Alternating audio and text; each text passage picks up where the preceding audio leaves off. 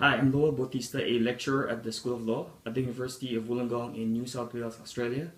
It is an honor to have my paper on the Philippine Claim to Bajo de Masinloc, otherwise known as Scarborough Shoal, published in the Journal of East Asia and International Law.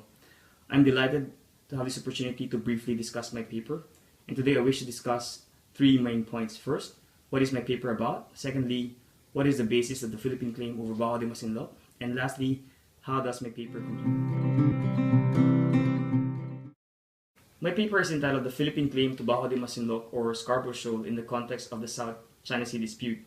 The main aim of the paper is to examine the Philippine claim over Bajo de Masinloc, which it does in 5 parts. The first and last parts are the introduction and conclusion respectively.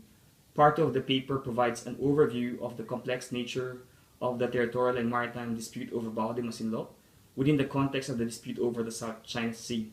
It discusses the geography and strategic importance and economic resource potential of the area, contrasting the Philippine and Chinese claims over the South China Sea.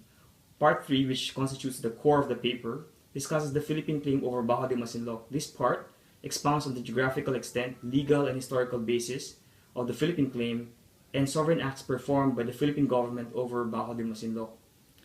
It also examines the Philippine claim under international law and considers its implications on maritime boundary delimitation. Part 4 outlines and discusses current developments in respect of Bajo de Masinloc, particularly focusing on the 2012 standoff between the Philippines and China and the arbitration case filed by the Philippines against China over West Philippine Sea, currently pending with the Permanent Court of Arbitration. The main argument of the paper is that the Philippine claim over Scarborough Shoal finds solid basis in international law. It further asserts that the territorial claim of the Philippines is strong relative to the claim of China, particularly on the basis of effective occupation.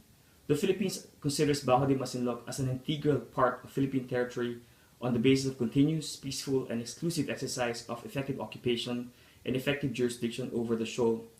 The sovereign rights and jurisdiction which are asserted by the Philippines over the maritime entitlements of the features in Bajo de Masinloc are founded on general principles of international law and are consistent with the United Nations Convention on the Law of the Sea, or UNCLOS, which both the Philippines and China have signed and ratified. The paper further clarifies that, contrary to most scholarly literature, the Philippine claim is not based on 4 things. First, it's not based on proximity, despite the shoal being closer to the Philippine coast than the Chinese coast. Secondly, it's not based on the cession of the Philippine archipelago from Spain to the United States as covered by the 1898 Treaty of Paris. Therefore, its non-inclusion is of no consequence and is immaterial. Thirdly, it's not based on UNCLOS because UNCLOS does not contain any provisions which address competing territorial claims. And lastly, it's not part of the Philippine claim over the Kalayaan Island Group, or KIG, and it's independent of it. The paper concludes that the bilateral relationship between the Philippines and China is mutually important for both countries. The Philippine-China bilateral relations have indeed expanded, deepened, and are showing every sign of continuing to do so. It is undeniable that China is strategically important in Philippine foreign and security policy for historical, cultural, geographic, economic, and political reasons. In my opinion, it is not realistic to foresee the prospects of a lasting and durable solution over the territorial and maritime disputes over the South China Sea in the near future. The escalation of tension and persistent threat of armed conflict are likely to remain and even intensify from time to time.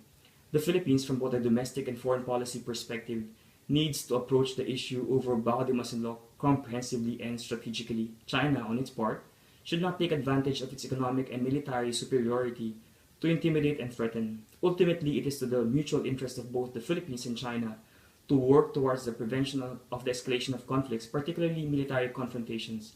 Both the Philippines and China should continue to uphold and honor international law, exercise self-restraint, and espouse the non-use of force in the articulation of their respective claims. The parties should continue to use diplomatic and other peaceful means to manage and resolve territorial disputes in the South China Sea through bilateral and multilateral initiatives, including actively pursuing the conclusion of a legally binding code of conduct on the South China Sea signed by all claimant countries. The Philippine arbitration case should be regarded as a positive move in the right direction, which allows a claimant state to pursue a rules-based approach based on international law within the framework of UNCLOS in resolving the dispute over Bajo de Masinloc.